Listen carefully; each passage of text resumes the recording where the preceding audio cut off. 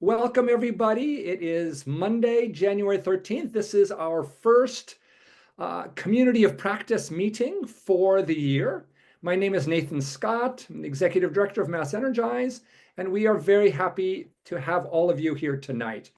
I think many of you got a chance to see a little bit of what we have planned as far as just some informal sharing. We do always love to have people share what's going on in their communities.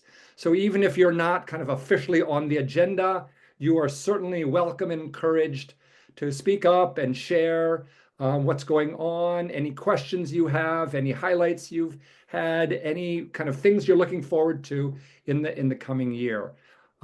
We do have a few announcements before we get started. But I do actually, just before that, I do want to welcome any newcomers and actually ask if any of the newcomers who haven't been here before, if you'd like to just introduce yourself and tell us just in a word or two or a sentence or two, kind of which community you are with or what brings you here tonight. I'll say a few words. Steve Cowell, and obviously Ellen and Fred and Ellen, some of you I know pretty well. Over the 45 years I've been working at this. And I care deeply about what great work you're doing, and I'm interested in checking in and seeing how it's going. And I'm now the head of Northeast Energy Efficiency and Electrification Council, and also on the board of the Building Performance Association, which is national.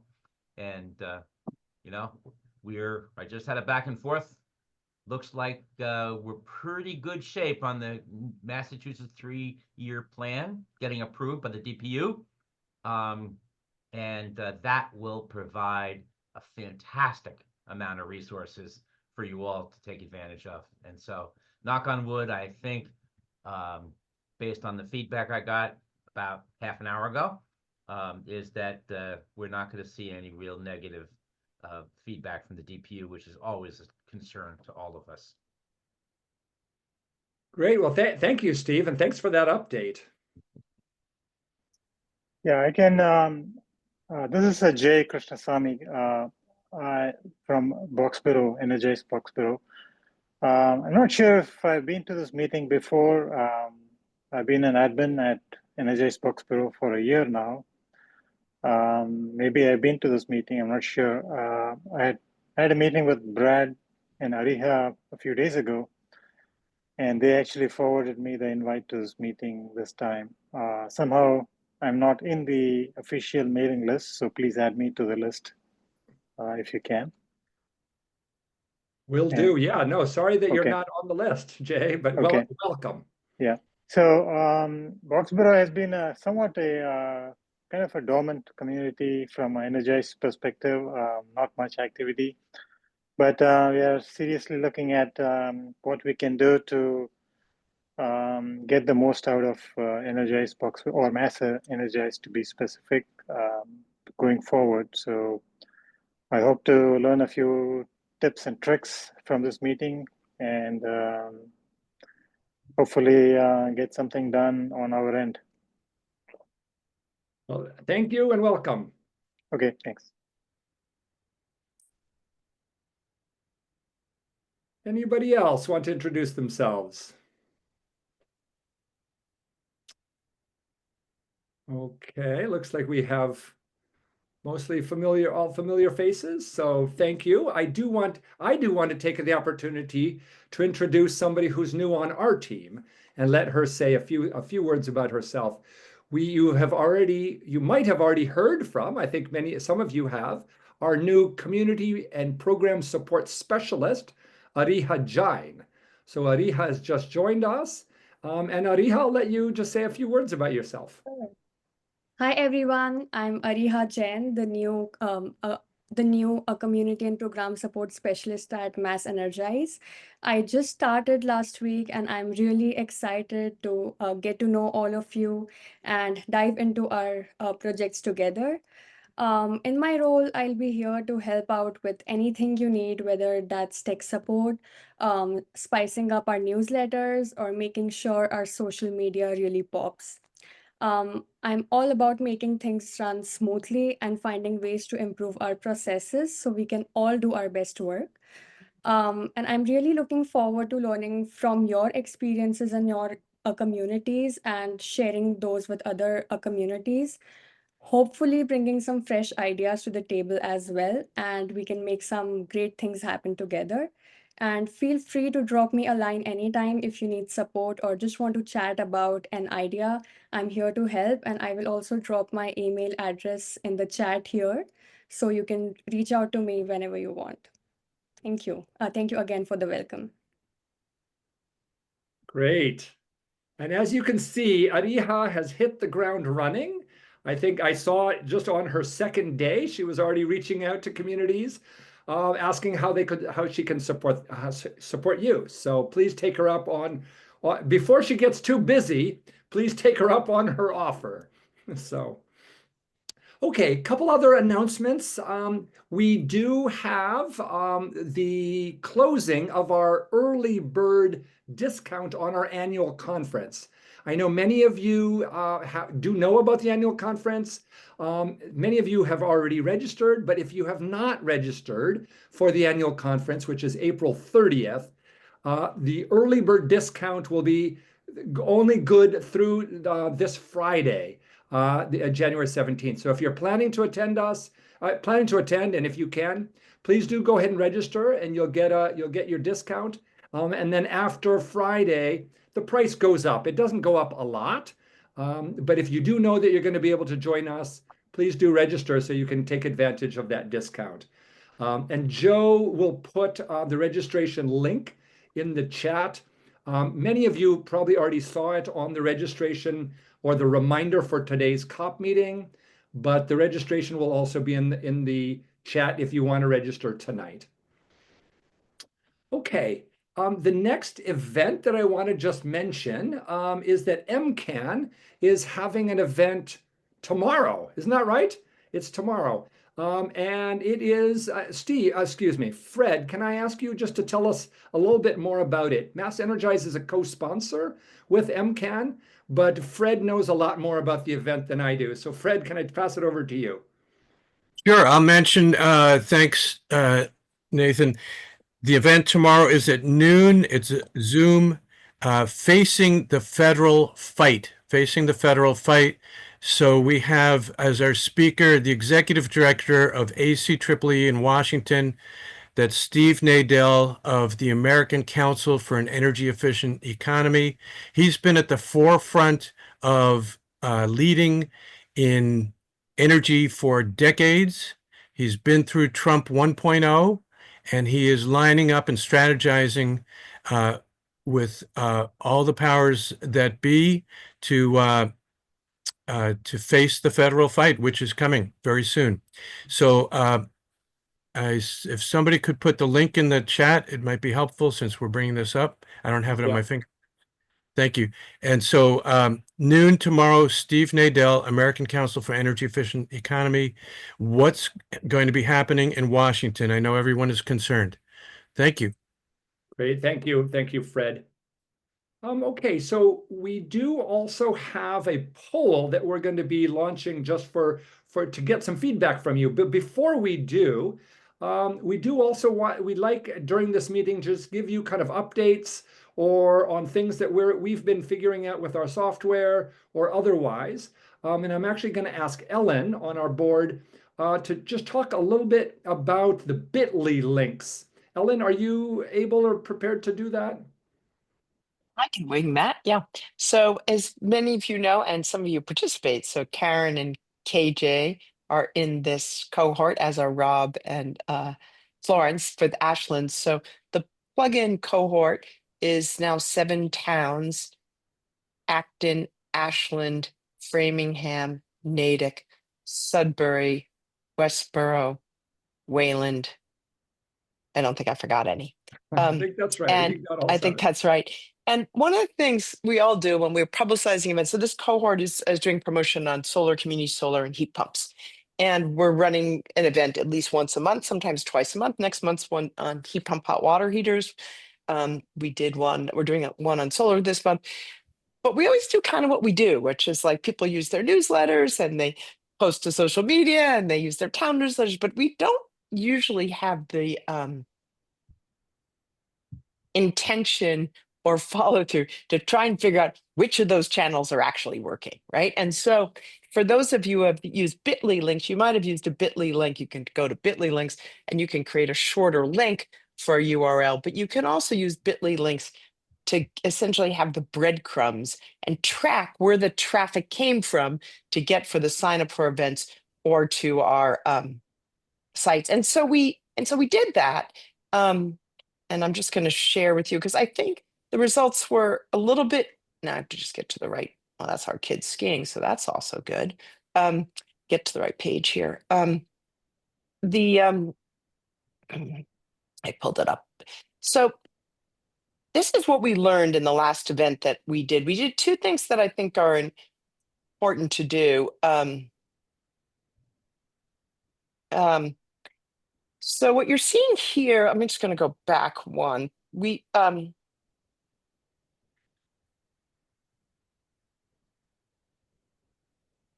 is frustrating. I'll just do this.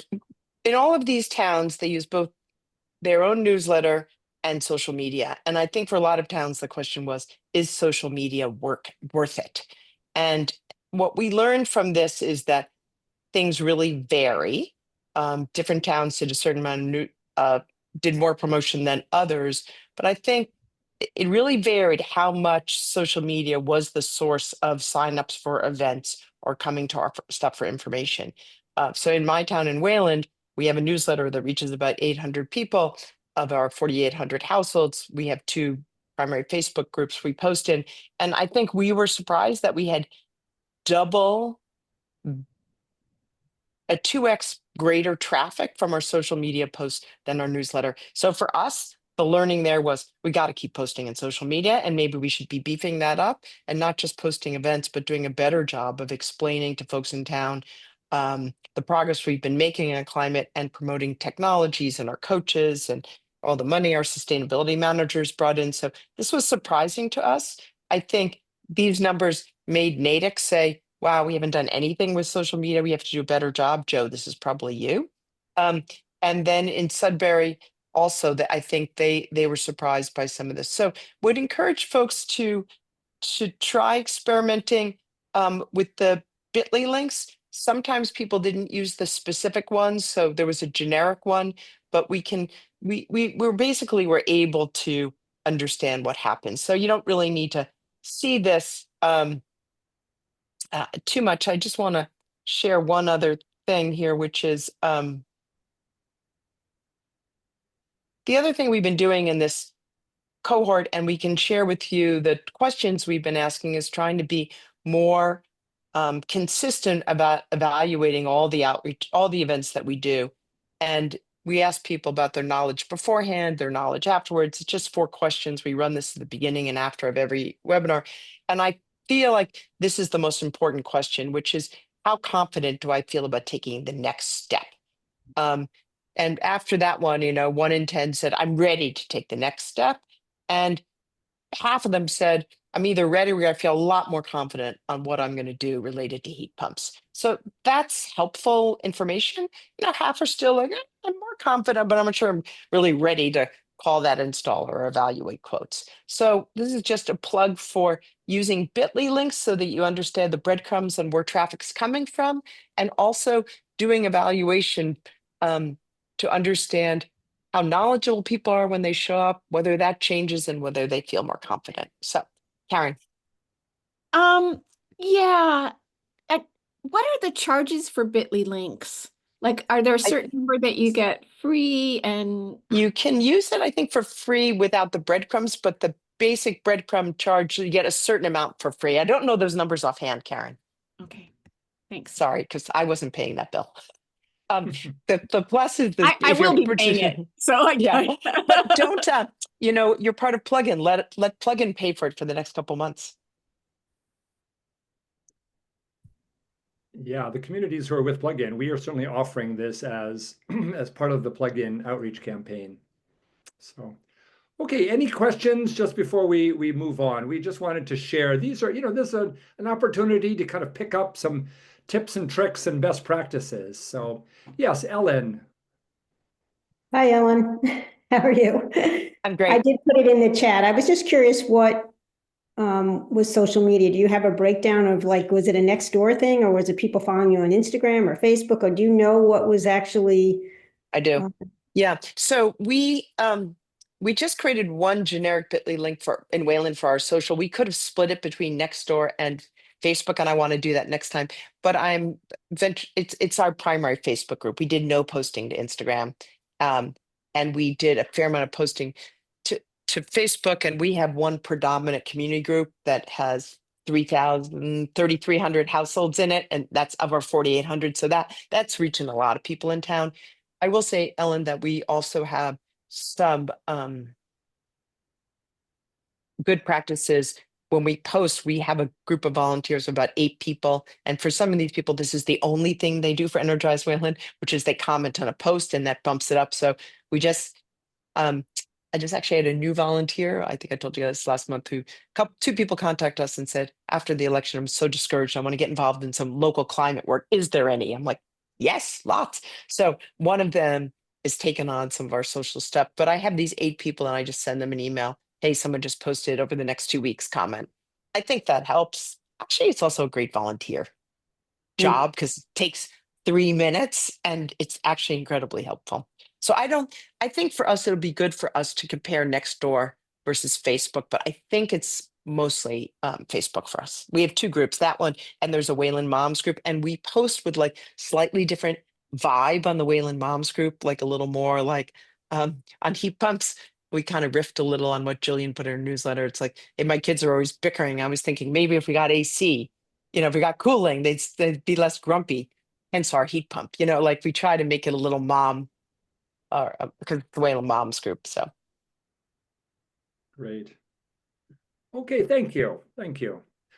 Okay, well, as we've indicated, this is really a chance for members of our community, all of you, to talk to each other, to get to know each other, but also to share best practices and questions. And so we're going to launch a poll right now just to ask you some questions about what you want to see as part of the community of practice. Karen, I do see you have your question, your hand raised. Do you want to answer your question before we go? Do you want to ask your question before we go on? Kind of social media related. I Okay, see go for it. Go for it. She noted she put in blue sky with a question mark.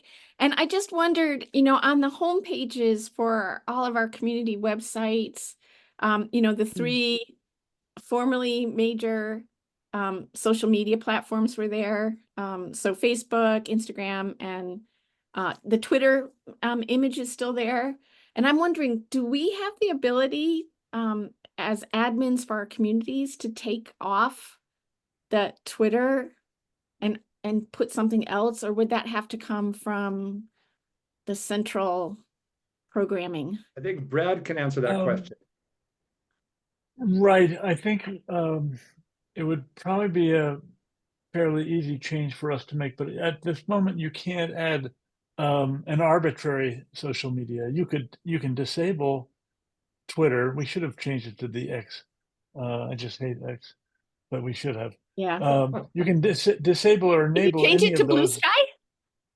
I'm going to take a look at that and see how easy it is, because maybe that's so trivial we can just do that. But Or there's like something that has to get called, and it has to be right. But we'll check into it. Thank you. and I also want to make sure that Question. we allocate time for Karen to talk about their heat pump thing. That'll happen after the poll, Nathan. Yes, it will. Yes, it will.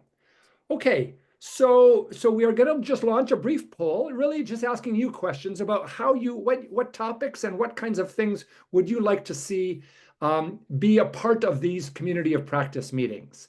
So Ariha, can we launch the poll?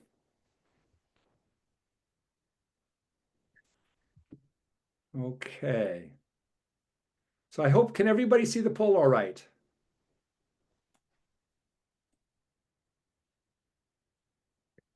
Looks like we have several questions, but if everybody could just we're just going to take 5 minutes, and if you could kind of go through and rank the question.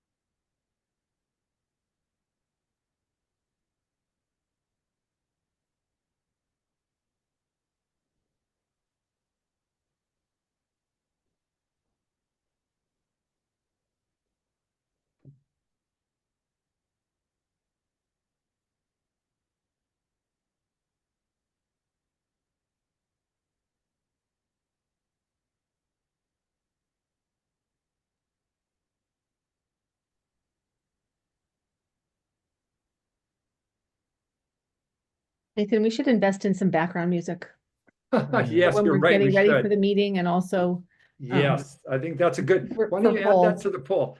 Yes, no, that's a good point. So I'm going to give you one more minute, everybody, one more minute to get your answers in. I wonder if they could make the font a little smaller. I found it very difficult to read.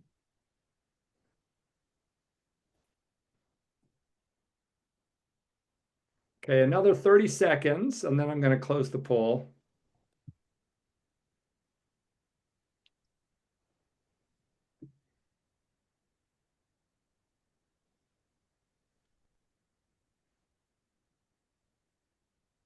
And I do like the suggestion of some background music.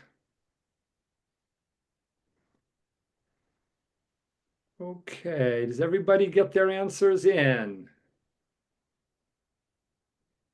Okay, I am going to end the poll, but thank you for your feedback. I don't think I see the same thing that everybody else sees, but can we share the results, or can you see the results?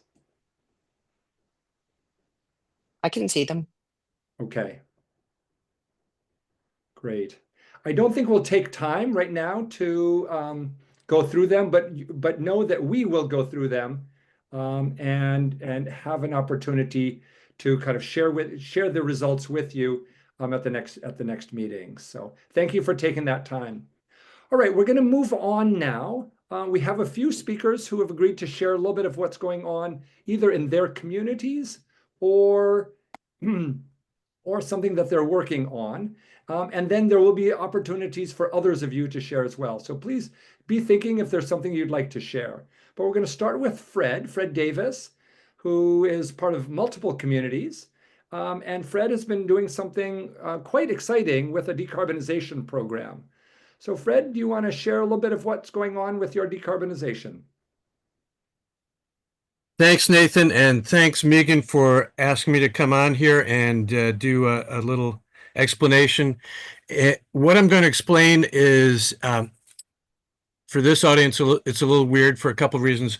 One, the name of the program that I'm describing is Decarbonizers, and you all, it's nothing special for you folks. And two, it's a little hard to explain because so much of it comes from everything that's been learned at MassEnergize. So I was an attendee at MassEnergize from the outset, and I've been a big fan and a proponent, still am.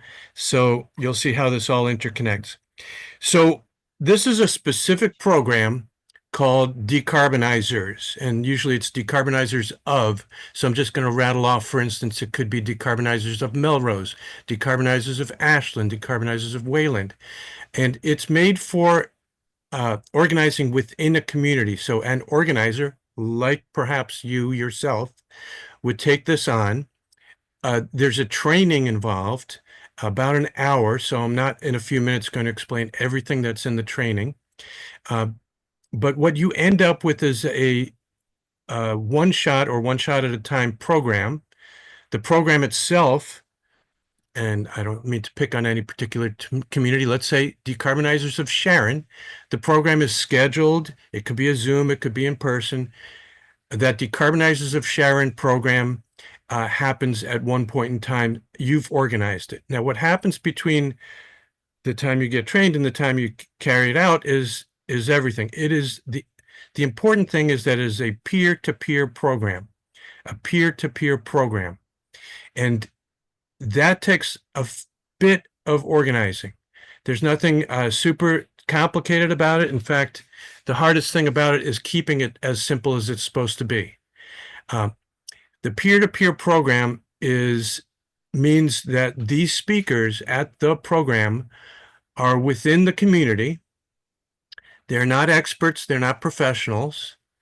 3 speakers, one speaker who's already decarbonized by putting a heat pump for heating in their home, a second speaker who's already decarbonized by putting solar on their roof, and a third speaker who's already decarbonized by driving an electric vehicle. Right? Super simple. But keeping it simple is the hard part. Identifying those people, working with them, getting their stories polished, and then having them present. And each presenter is 5 minutes, 8 minutes. So day of program, you have people attending, some who've already done some of that, but many who have not, who are considering it. And as Ellen just said, they're on that continuum of becoming more confident. And this program exposes them to their friends and neighbors who are, what do you know, just like them. That's the beauty of peer-to-peer. They're just like me. That house is just like their roof is just, their kids are just the, we drive in this. Okay. So when we take away the experts, when we take away the professionals, when we take away salespeople, some magic happens. People let down their guard. Your speakers are talking from totally real experience, pretty current experience. You'll end up finding pretty current, pretty recent transitions to be reported. And it's very effective. So super simple, super effective. Now, I'm going to throw this in here. Where are we today? Yes, we have just started the second half of the decade. Welcome to it.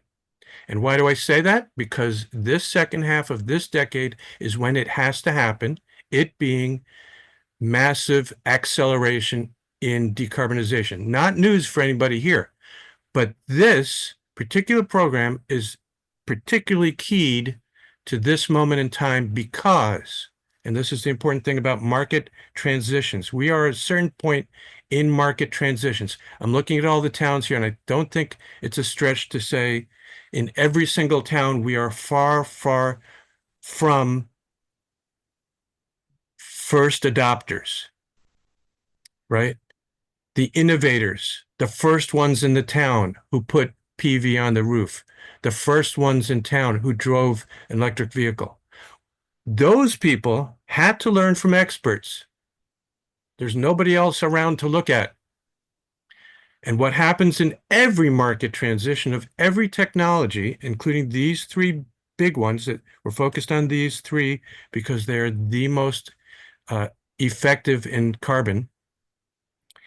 What happens in every market transition is that after that very first wave, more and more and more of the market is driven by peers, by peer influence, by me seeing that the person next door down the street is doing it. It's not by experts.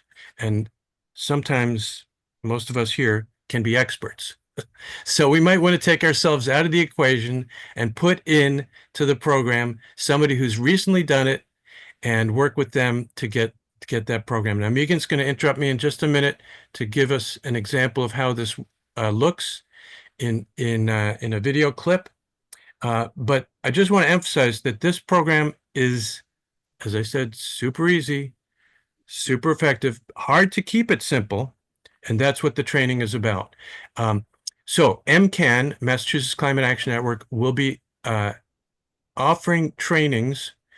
They're not scheduled yet, but when I'll put it in the chat, if you want to send me an email, if you're interested, you're welcome to send me an email, or we'll get back through MassEnergize to let folks know when those trainings are happening. And Megan, I did it hopefully in enough time so that we could take a question or two, see if people are understanding what I'm getting at here. Any quick questions? I can say that Medfield's run it 3 times and every time it's awesome. When you get to the clip, I have a little clip of somebody in Medfield who did it in October, one of our 4 panelists. I mean, it's an event, but we've done it online, which makes it nice. We also videotaped it on YouTube, and we put the whole video on our website, and then also each segment has been separated. So if you just want to see the part about the man who installed geothermal, you can just watch that one. You can watch the solar, you can watch the car one. It's been nice. It's a good resource for us. And again, Right, so it's nice because they're people from town. And if you are a little strategic about it too, you can find some people who are influencers, might be more influential than some others to include in your programming. Right. That's a good point, Megan. Part of the training is to go through how to find the decarbonizers in your town, networking and asking, and all the time you're building your team, you're building your audience. But then you refine the from that pool to select, how did you put it, Megan? The more better influencers. And the way I put it is those with an engaging story, that stories are influential. Okay. And Brad, did you have a hand up to ask a question? No, but I am interested in this. Cool. I'm willing to join the Great. training. Yeah, thank you. Any questions for Fred? Megan does have a clip. If you have if we have 2 minutes, I can show a clip. Okay, sure. Yeah, go ahead. Okay, let me try. All right. All right, everybody see that?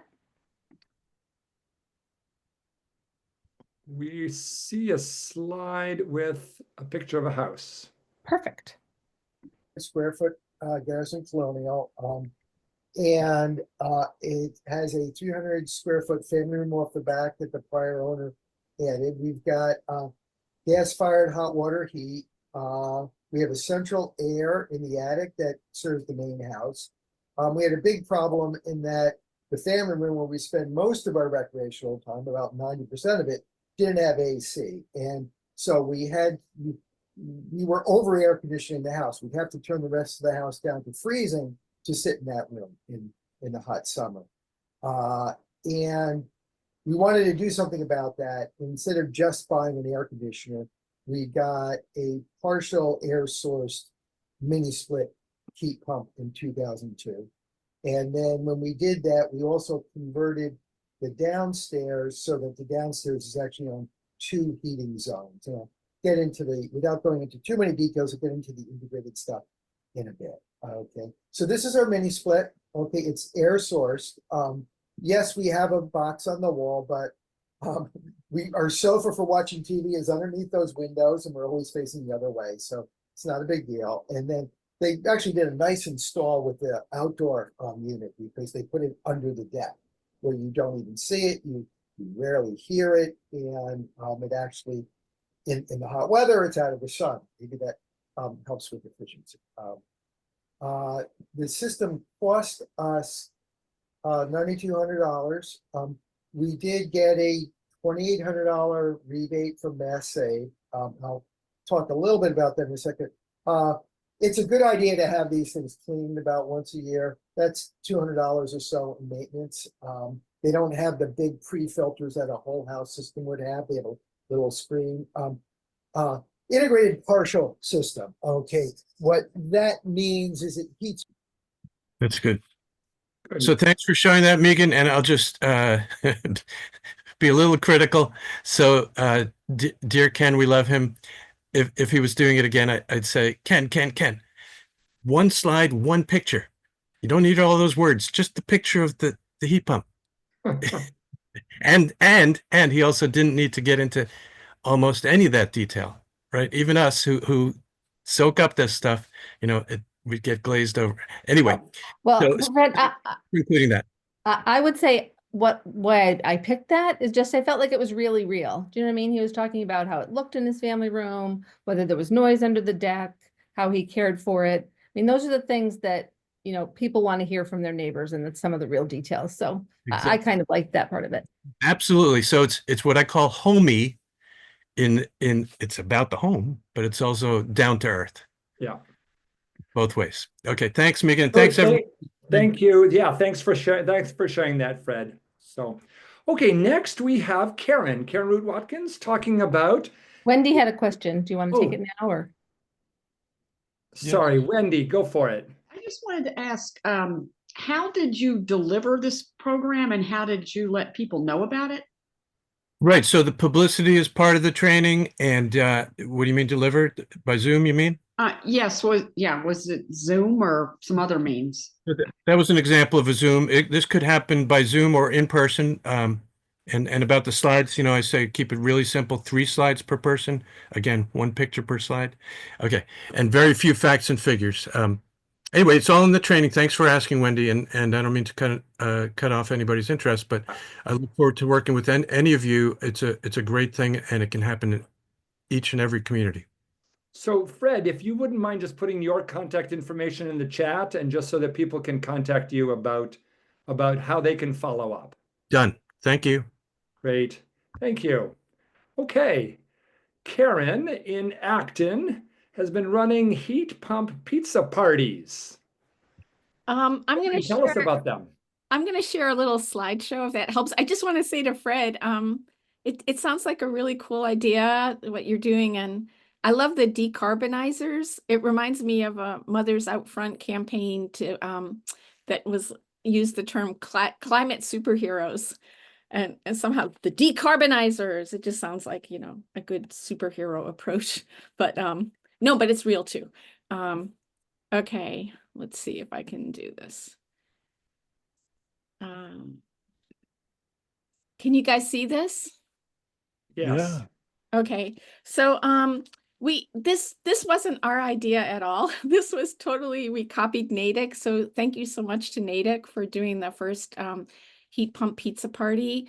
Oh no, this is not going to forward on me. Oh, here we go. So this was run by the Acton Sustainability Office at Energize Acton. We cooperate with the Sustainability Office, and we kind of pushed for this, and they took the lead on it. The goals were to inform the Acton residents about air source heat pumps, to concentrate on homes heating with oil, and to highlight the Acton Free Clean Energy Coach Program. The process, so we lined up speakers, one of whom was an Acton coach, and we also had Kit from the Laminar Collective. The Sustainability Office sent out a letter to all the households that were identified as using oil, and there's is it called GPS? There's a government mapping data program that Acton has where we have all that information. So that data program was used and to identify GIS. So it's GIS. GIS. Thank you. I knew that was, yeah. There was a Bitly registration and outreach and pizzas, of course.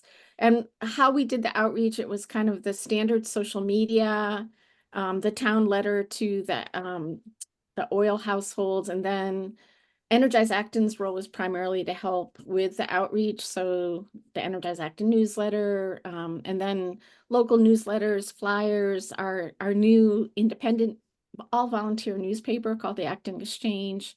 And so that's how the information went out. And the letter to the households went out to about 2,900 households. A Google form was used for signups. It was kind of interesting because 1 week before the event, we had 9 signups. So we were like, oh gosh.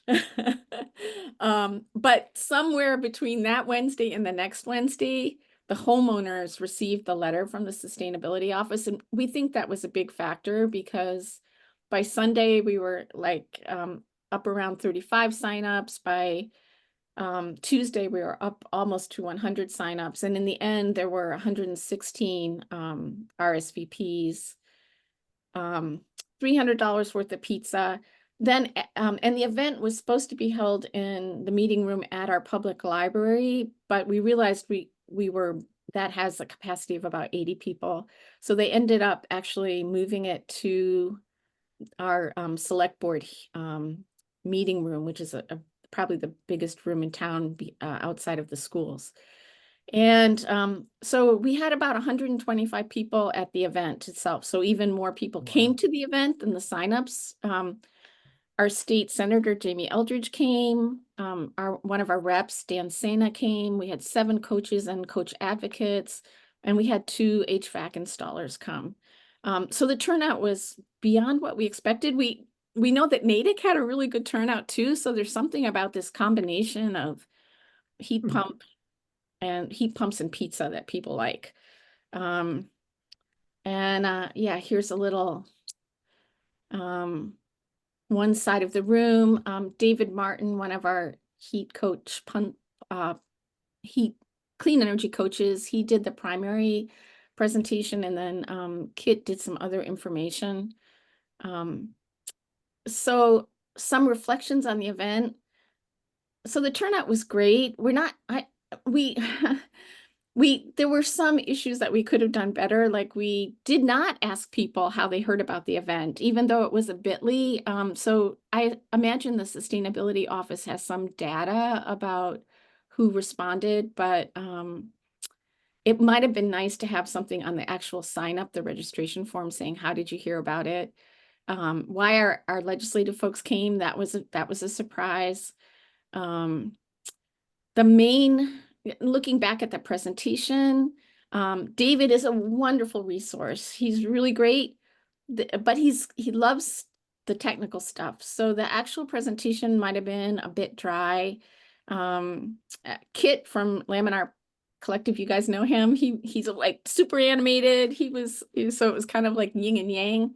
Our sustainability director did the intro, but it ended up that David and Kit were answering all the questions, and I think it would have been nice to have a moderator, so the coaches weren't put in the role of like having to be the constant responders. There was definitely some pushback from the audience. It was different from other events. There were people there saying heat pumps are too expensive. The installers, there were 2 installers from the same company. One of them talked a lot about costs, but he wasn't totally hostile. The other guy was incredibly hostile. And I think it was hard for our presenters because they kind of tended to shut people down. So we need to come up with some, I think, sort of more thoughtful responses when it comes to people who are really, I think this is coming out of worry about the ongoing costs of heat pumps, in terms of paying for those winter bills. The Laminar Collective had a handout about systems costs, which everybody wanted, but they only had 35 copies. And I'm kicking myself, like, why didn't I just go over to our sustainability director and say, give me the keys to the office, I'll go make some more copies. And then, so since the event, we've had 23 coach requests. So we're up to 256 contacts with the community since the coach program started. But of the recent coach requests, it seems like a lot of them heard about it from other sources. 5 of them said they attended because of the heat pump pizza party. So I hope this is a little bit helpful. I'm glad to take questions. Yeah, go ahead, Ellen. Yeah, one thing that we stink at, Karen, so I'm hoping maybe you're better. Like, we do these and when we never follow up, like we have these people's emails that registered to the event, and I feel like we need to follow up a month later to say, you came, how can we help you with this? And I'm just curious if you are planning anything like that, and how did you select the installers? We often get hung up on that with the town. I think, like, awesome question. I mean, from an energized perspective, it's a place where we fall down constantly. I mean, we're trying to get better at it, but it's kind of like, it's like there's a real staffing issue there. Yep. So basically there's one person kind of doing a lot of that stuff. So so the follow-up, like, you guys had an awesome workshop at last year's conference that the Brookline Mothers Out Front people did about getting people involved, and their follow-up stuff is extraordinary. And that's like, it's my model, but we're failing miserably on that count. And the sustainability office isn't really in much of a better position because they've got so many, different pulls on their time. But I will follow up. I mean, this time all of that information was handled by the sustainability office. So I will ask them about that. And what was your third part? The installers, how'd you select the installers? We get So stuck the on this question all installers. the time. So the two guys who we don't list installers on Energize Acton. And it's something that the town is also dealing with, is like how should the coaches deal with requests for recommended installers? And mostly we send them to the abode list. But people want a little bit more than that. The other thing that we've been trying to do through the coach program is to ask people to who are willing to talk about their experience with installers to be sort of like an internal peer group, so that if someone else engages with the coach but wants to find out about installers, we can connect them with someone who's willing to talk about their experience. People don't want to write testimonials. Getting testimonials is really tough. So that's a definite issue for us. And of course, because the town's involved, they have restrictions, based on what companies they can mention and whether the town has contracts with them. So that's a tough issue, but it's something we have to deal with. And also just dealing with the HVAC people. I mean, that was one thing when we did the eval on the event, is that we need to reach out more to the local HVAC folks and have conversations with them. Yeah, Ellen Sachs-Leiker. I'll just add a few things, because I actually worked with a friend in Acton who didn't make it to the pizza party, but did try to get a coach. And I think in Harvard, like you said, different than you, we do use the testimonials that are on our Harvard Energize, to make a list of those that at least a few people have said are good to work with, good installers. And we share that list when we have our events, that, we say it's not the town vetted, but these are what people in town have said. These are what your neighbors have said. And I think the other thing that I found with the Acton one, where my friend went, is when the abode coach came, they gave her a list. There must have been 50 installers on there or more. And she looked at it and said, I don't know. And so my husband and I sat down with her, the ones we know and the ones that we've used in our town, and said, try these and get some quotes. And it goes back to maybe what Fred was saying in a little different way, which is she's a single woman. She still was not comfortable with the coaches. She wanted us to help her, and that's what we did. And we went to some of the times when the company came and walked through with her, because she got 3 very weird, 2 good ones and 1 very odd quote. So again, I think it goes to not just making it simple, but it's like, go to the people if they're your friend or your neighbor, they're more comfortable than if it's something else. Just my point of view, having watched what went on in Acton with her. I mean, from the Energized testimonial point of view, that the sustainability office would love us to post that, to have people post stuff about their vendors. But people won't. I mean, like a guy who's all, he's been in climate stuff forever. He got heat pumps, so happy with them. I'm like, send a testimonial. He sent a testimonial and he didn't mention the vendor. I wrote him back. I'm like, mention the vendors. Never, So I think that, the sustainability office would be fine saying, oh, you want to know about vendors? Check out testimonials with Energize Acton, because it's kind of independent enough. But I feel like I almost have to interview people to get the information for a testimonial. And then the thing about the abode list, I know exactly what you're saying. I mean, I saw Mike Simons one time and I said, tell me the top 5. And he did, but that's kind of what people need, So I hear you totally. Yeah. Maybe Steve Wright can give us some wisdom about vendors. Steve. Well, two comments, Karen. One on an introduction to heat pumps. The Heat Smart Alliance has a small stable of speakers who last year and the past year we spoke at 34 local events. You guys spoke in Acton. Bob Zog did. He was awesome. Yeah. So next time, feel free to reach out. It's pretty obvious on our website now where you can request a speaker. So we're happy to do that. And we have and I offer that to all of the communities. If you're doing an event, that we have a fairly polished 20-minute presentation. We customize a few slides for costs in each, electricity and gas utility costs in each community. But apart from that, it's fairly standard, and we keep honing it. So Yeah, happy to do that for other communities. I would say to all the other communities, go for it. They're really good. I mean, there was some internal politics with this thing, but yeah. And then on installer lists, our coaches tend to develop in each community. They have a short list of maybe 5 to at most 10 installers that they have had some degree of experience within their community, and know about other heat pump installations. So you can, I would suggest that your local coaches probably have some idea now of who the installers that are active and the ones that have had mostly positive reports on. So I'll bring it up at the next coaches check-in. Coaches check in once a month, but it's all run by the sustainability office. So again, there's that town component of can you recommend vendors if they're not if they're, but anyhow, but we'll work out a way.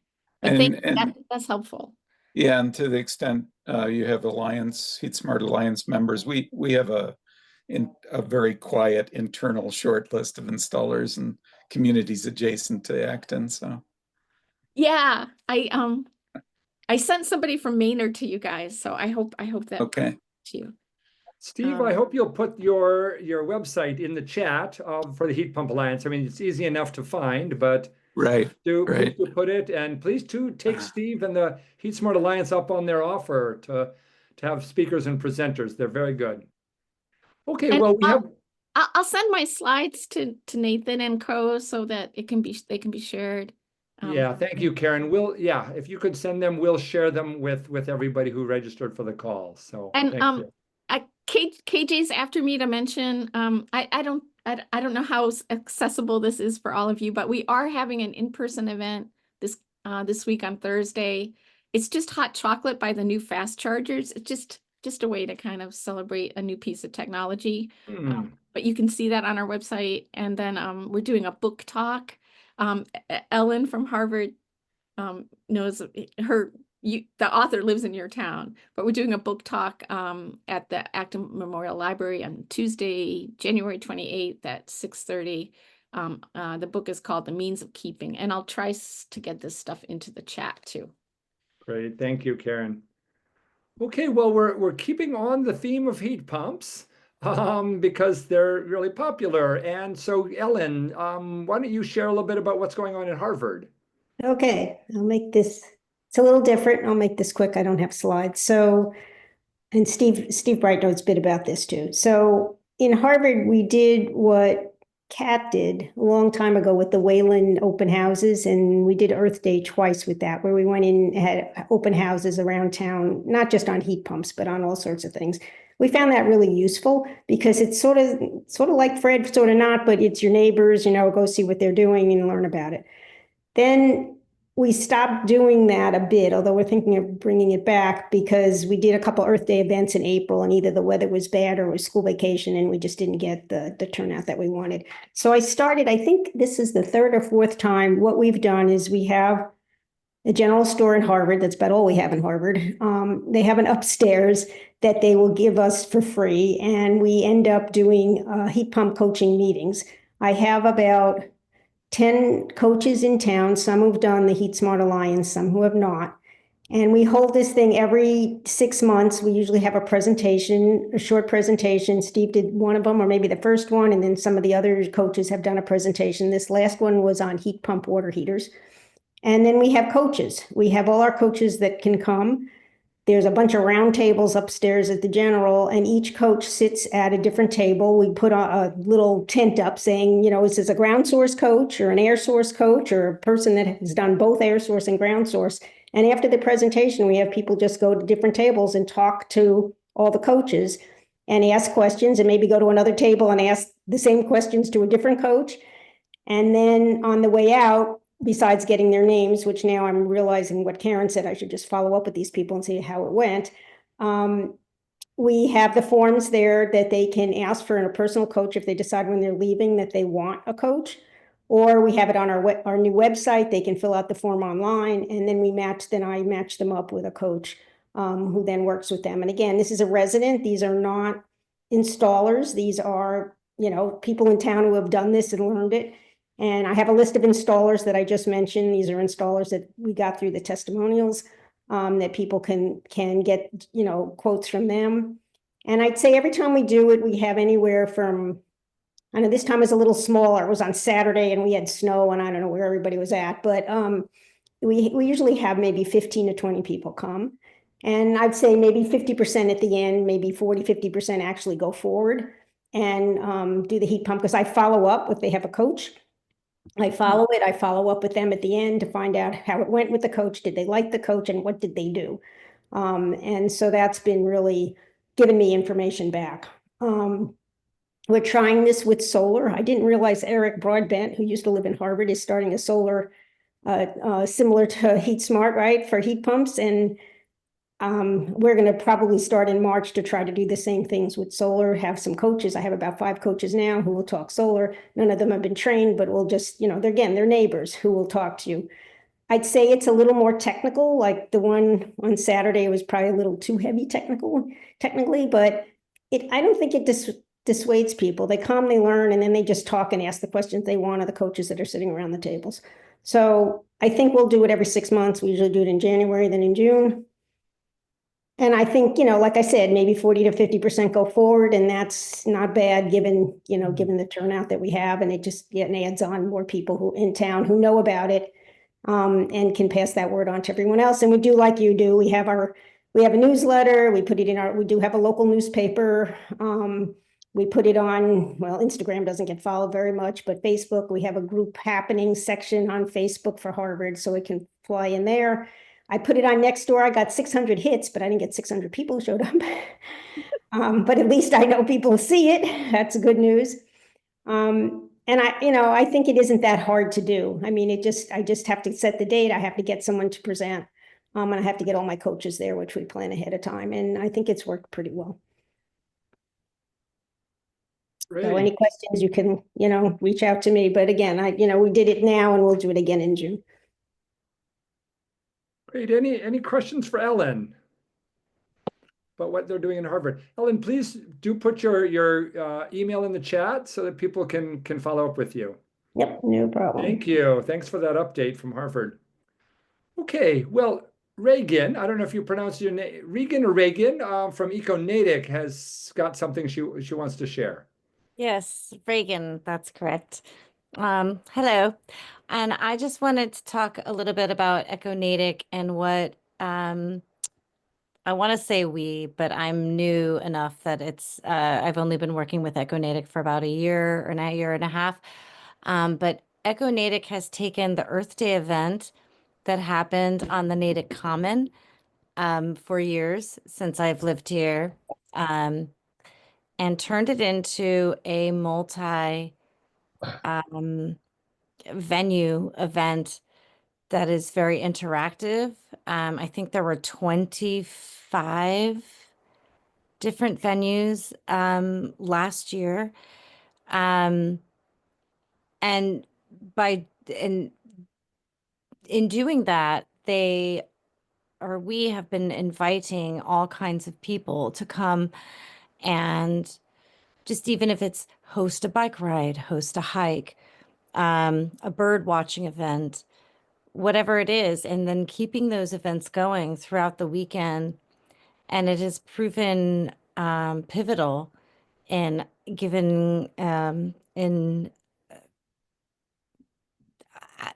providing us allies, frankly. People get invested and they sign up for, protecting their woods that they just went through a hike or a bike ride through.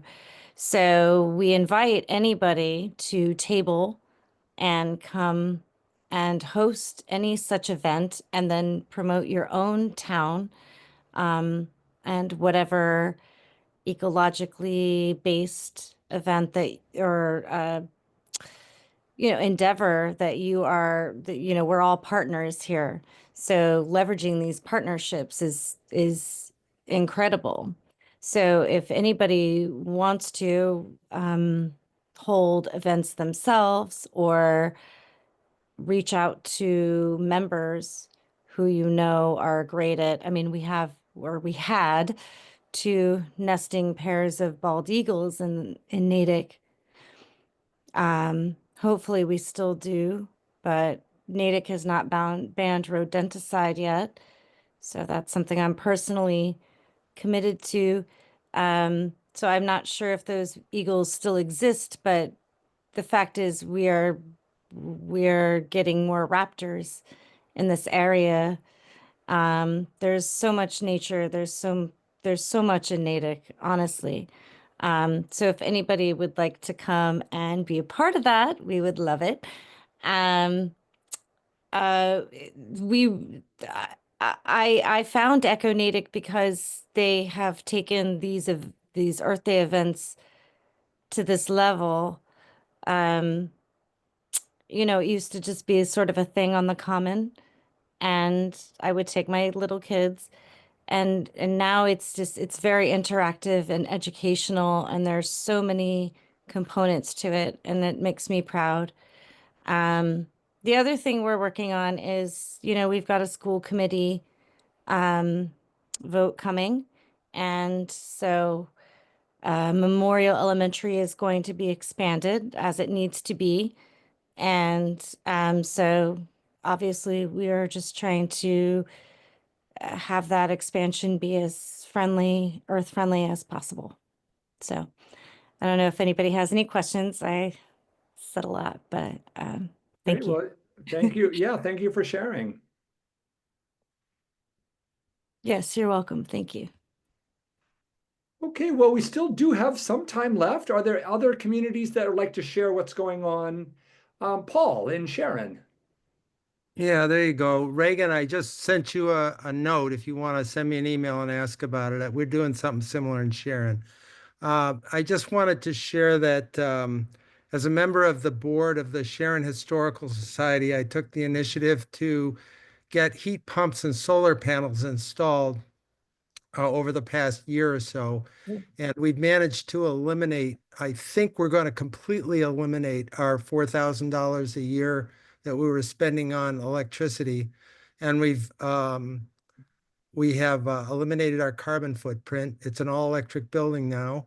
We have air conditioning and heating from the same system as opposed to having 2 independent systems, which we had before. The really cool thing was that when we got the solar panels last summer, it came with an app that was produced by Solar Edge, the company that makes the inverter for the solar panels. And it did what I expected it to do, which is tell us how much electricity we're getting every day from the solar panels. But it also did something that I didn't expect, and that is it told us how much electricity the building is using in 15-minute increments. So I was able to identify where the electricity was going. I ended up programming the thermostat so that in the days when the building wasn't in use, it turned the heat way down automatically. So we're probably reducing the big, electric uses in the winter when we're trying to heat the building with electricity and the heat pumps. And by turning it down to a very cool temperature, we greatly reduced the heat loss from the building. And we probably reduced our electric use by, I'm going to say, at least a quarter, maybe a third in the winter, just by fooling around with the thermostat. But if you want to lose weight, you got to have a scale. And having this app that I can monitor the power use in the building made an enormous difference. And otherwise, we wouldn't have been able, the building, the solar people engineered the panels to produce less electricity than the building uses, so we wouldn't be wasting any extra, we wouldn't spend more than we needed to. So, but I was able to get rid of that extra increment by using the app. It's a really cool thing. So anyway, I wanted to share that. That's great. That's great, Paul. Okay, are there other communities that like to share what's going on? Or things that you're working towards? And just two things in Wayland. One is we're going to copy Natick and Acton. We're going to do outreach to the 1,600 households that are on oil, heat, or electric resistance because they're prime targets for heat pumps. So, Karen, it's so interesting to me that, like, I think we're about the same size, 4,800 households, 13,000 people, but you had way more people in oil than we did. So, and I think in the letter we're going to send them, I think we're going to make it mostly about money because for those houses, the money works pretty well if you're oil or electric resistance. So we're kind of get Bob Zog and Steve to help us sort of hone the money argument a little bit, and we'll see how we do on that. And it's very helpful that you guys went first because I want to shame the town into paying for the mailings. So being able to say other towns paid for it is very helpful. So that's that. And we're pitching a town meeting article to create an energy revolving fund so that all the rebates from utilities from our past renovations and projects, when you do a capital project, you budget for the whole amount, even though, let's say it's, I don't know, $1.5 million or $2 million project, and you budget for the whole amount, even though you might be expecting a couple $100,000 in rebates, but you never know when the rebates are going to come. They're lumpy, they're unpredictable. So you have to budget for the whole capital amount. And then the rebate money comes in and it just goes into the general fund. And I don't like that. I would like the money to go to a pot of money that I can use to reinvest in smaller energy projects, give us matching funds and future proposals, and also accelerate implementation of energy saving measures. There are a bunch of towns that have this, Andover, Natick, a bunch of them, Winchester. So navigating our select board and our finance director, but I think we'll get it on the town meeting warrant, and hopefully we'll pass it. So happy to share how that goes with folks. Great, thank you. Yeah, Karen Watkins. Can you just repeat, Ellen, which towns have this already? Andover? Andover, Winchester, Acton, there's more. Acton does? I mean, not Acton, so Natick, Winchester, Andover. There are like 6 more that I know, but those are the 3 examples I cited in my write-up, so I'm more familiar with those. There's probably like 10. So cool, thank you. Great. Hi, Nathan. It's Phyllis from Wellesley. Yeah, hi, I forgot Phyllis. how to raise my hand. Can I? Go for it. Please jump right in, Phyllis. Okay. Well, just when she was just talking about select board, I thought I would offer up Sustainable Wellesley has been doing a Meet the Candidates night. We have to call it something else because we do a conversation with the candidates night we've done for the last maybe 8 years or so. And we do it in an effort we ask the candidates questions in advance for all the different boards, whether it's the select board, the school committee, the light plant, all these different health department, and we're posing questions that are around climate action that mean something to us to get these candidates thinking about things. And then we host this event where we let them speak to our community and community members show up. And so that they are voting people in, hopefully, that are thinking about climate. So when you have, issues come up, maybe it's building a net zero school, that there's someone at the table on the school committee who has had these questions asked to them and is actually sort of teed up, because as residents, we can't be at all these different meetings. So ours is coming up February 26th, but it's not that hard to do. And I just encourage other people to consider doing that as well. Great. Thank you. Thank you so much. So when you say encourage, so what, how have you found it most effective to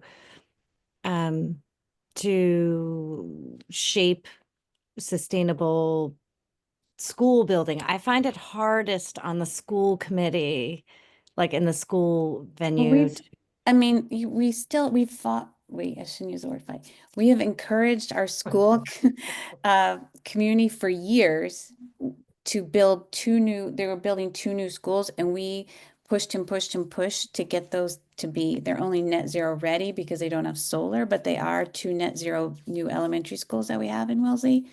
But my feeling is that if we had not done some of these events, that some of the people running for the school committee, they wouldn't realize how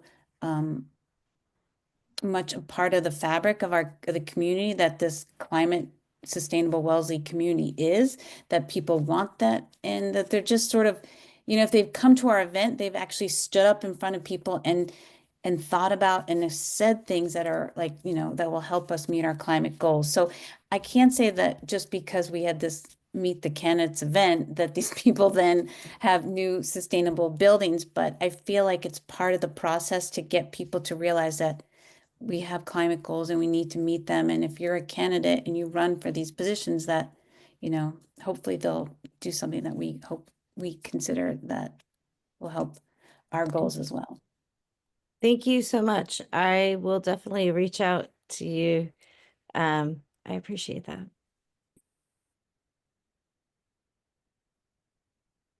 Good. Okay, are there any other communities that would like to share what you're planning on, what you're thinking about, what you've been doing most recently? I think, Megan, were you going to share something about what's going on in Medfield? Well, I was thinking about it. It's a little off topic, but it's something that we initiated. Ever since the conference last spring, I've wanted more volunteers, and someone mentioned the Mothers Out Front woman who talked about nurturing volunteers and bringing them in. So finally, I got a partner in our Medfield TV station, and we together, Sustainable Medfield and Medfield TV, put on a volunteer fair for the whole community.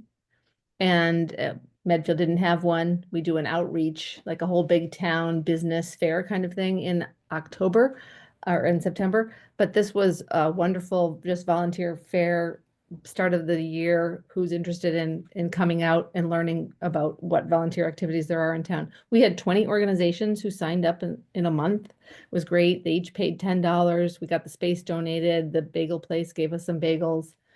And it was really low key. People didn't have big tables. They had half of a 9-foot table, which just kept all the stuff to a minimum.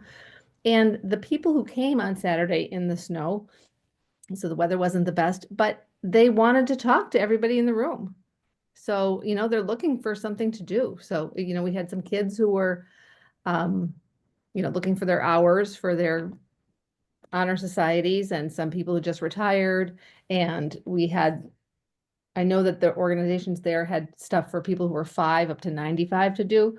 So I'm really optimistic. We have, I'd say, 8 or 10 names of people who now I'm going to take my training and really try to nurture them, give them just right jobs, give them warm welcomes, and really try to bring them into the Sustainable Medfield fold in a concerted effort. So I can keep you posted on it, but it was overwhelmingly successful and just so positive. I mean, everybody in the room is somebody who, cares passionately like we do about what we're doing, about what they were doing. So it was really nice community activity.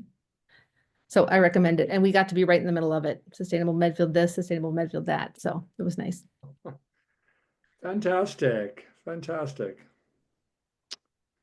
Megan, we had a fair in Framingham this fall called Find Your People. That sounds kind of similar. That was about all the different community groups had tables, and it was really, we were like, Energize Framingham was way kind of in the back corner, and I thought, are we going to get a lot of foot traffic back here? But we had a lot of people come by, and they wanted to, when they heard what we did, they wanted to like show us their solar panel apps and talk to us about their backyard composting and all these different things. They were really excited about it. So that's a really cool idea. I can share something that we're doing in a couple of things that we're doing in Framingham too.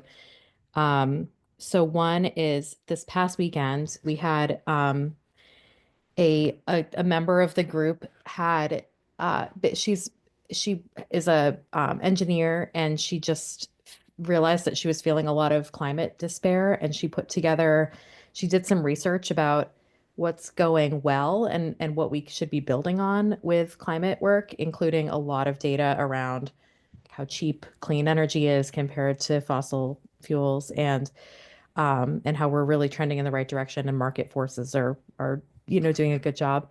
Not enough, but but good. And so she put together this presentation for her coworkers, and she said it was amazing. So many people said, I've been having a lot of anxiety about this too, and I really feel, this sense of doom, and this really helped me, and it sparked all these really interesting conversations with her coworkers. So she offered to do it for Energize Framingham. So we also held it this past Saturday. I think the snow kind of got us in terms of turnout, but we had some people in the room who said, hey, I'd really like to bring this to my neighborhood group. I'd like to bring this to, my faith group. Could you come and present it, or could you teach me how to present this? And it was really cool to see people start to realize that they can spark conversations on this topic. So it was climate optimism. And if anybody's interested in seeing her slides, I can share them. And then another thing that we have coming up this spring. So we have the geothermal pilot project going up and running now in Framingham, and the community's really excited about it and really interested in it.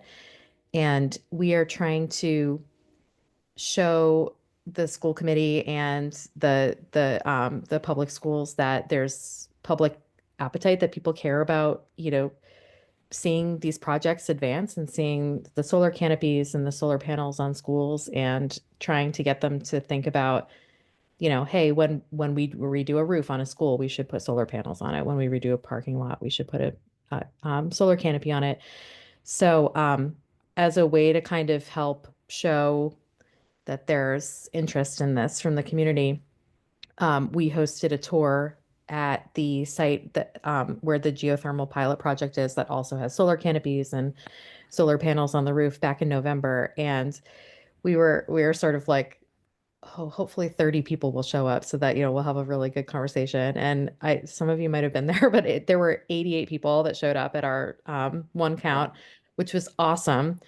We had Eversource and Sean Les, the town sustainability coordinator, do a presentation outside the pump house, and we actually had to cut off questions. There were so many questions that we wanted to show people the inside, and so we cut off questions at a certain point, and people were upset about that. But it just showed us that there's so much interest in this. So we're Framingham Public Schools is getting ready to host their next Cooler Communities Fair. They're picking a date right now, and so we're pitching, working with them on the day that they do the Cooler Communities Fair at the school. We want to do an Energize Framingham event outside and do tours of, like we did, and get more people to come and do the tours, and hopefully some of the kids who are there for the fair and the families. We can get them out too, and maybe get some translation for different languages and things like that.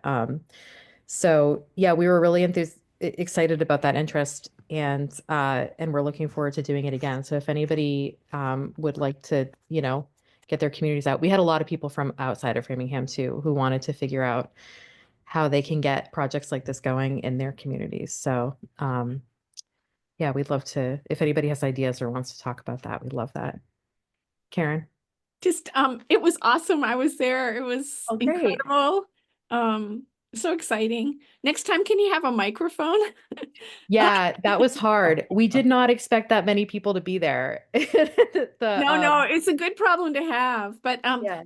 I mean, I was even thinking that, like, it's such a good model that, you should have, like, hey, tours for people from other states, Yeah.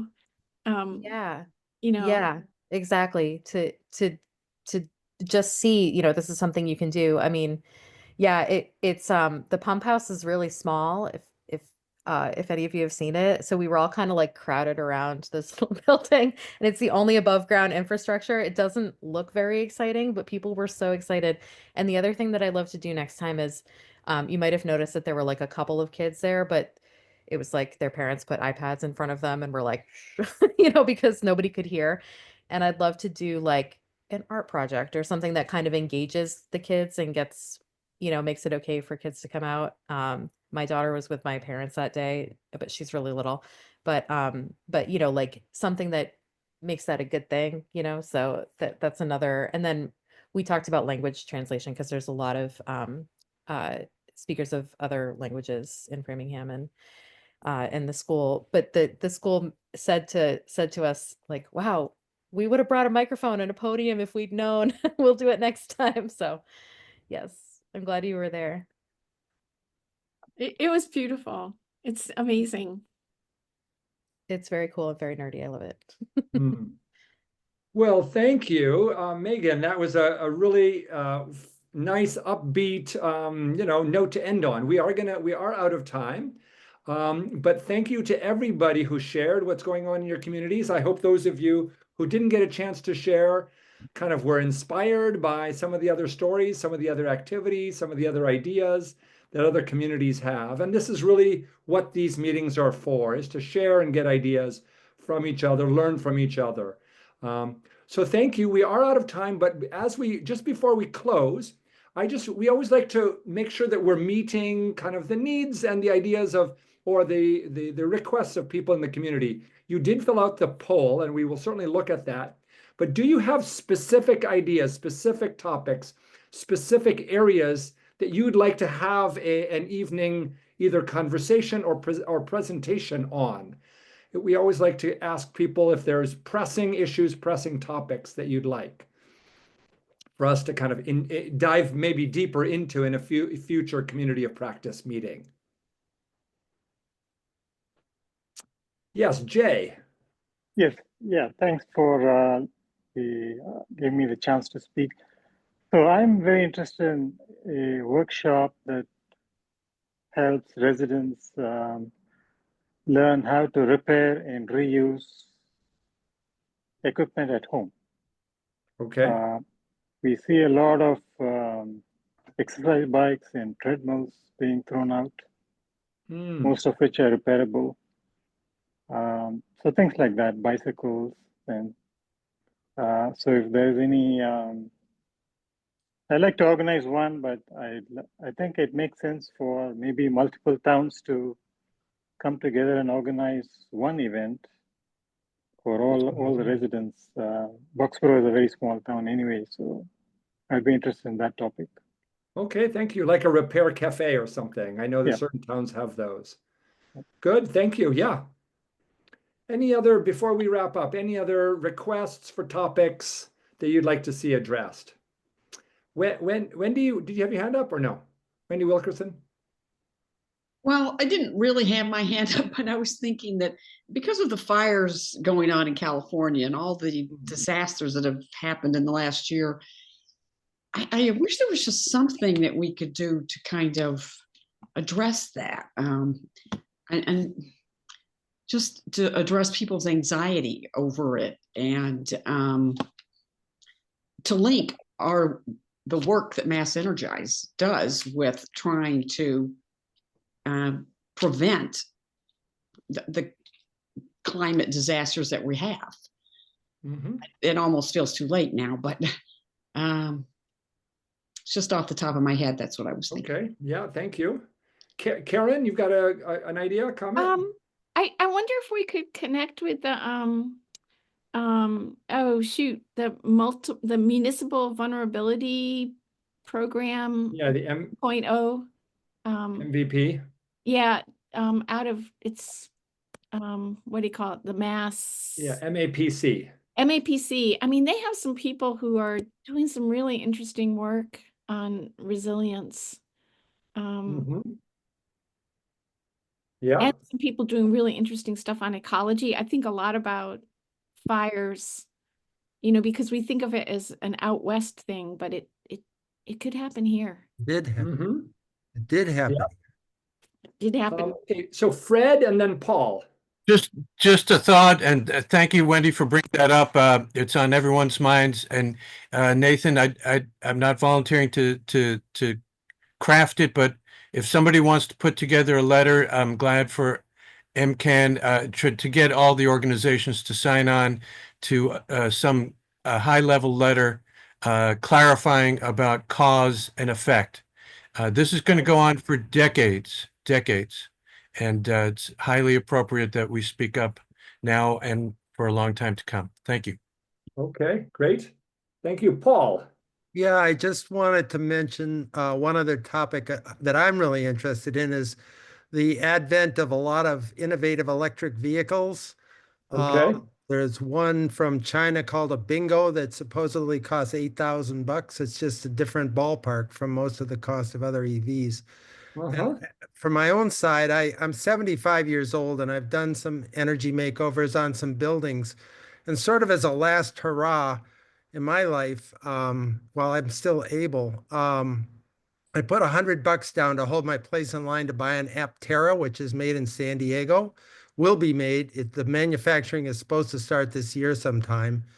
And there are 46,000 people ahead of me in line who have also put $100 down to hold their place in line. So it's a solar car with 3 wheels, 2 passengers, goes it's like 400 miles, and it on a charge, and it has solar panels that can drive at 40 miles a day. So what I want to do is fly out to San Diego and drive it back across the country, stopping at campgrounds and that sort of thing to show it around to people and spread the word.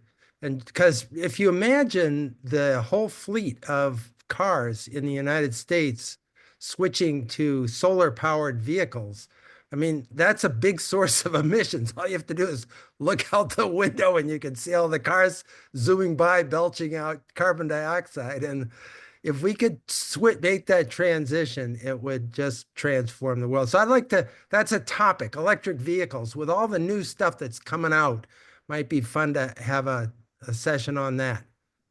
Yeah. Yeah, that sounds good. Thank you, Paul. Okay, well, we are out of time, but thank you for your ideas. Thank you for a suggestion, and thank you for taking the time to join us this evening. So have a great night. We'll be sending out resources. So look for that and a video recording of the tonight's meeting. So, and with that, good night, everybody.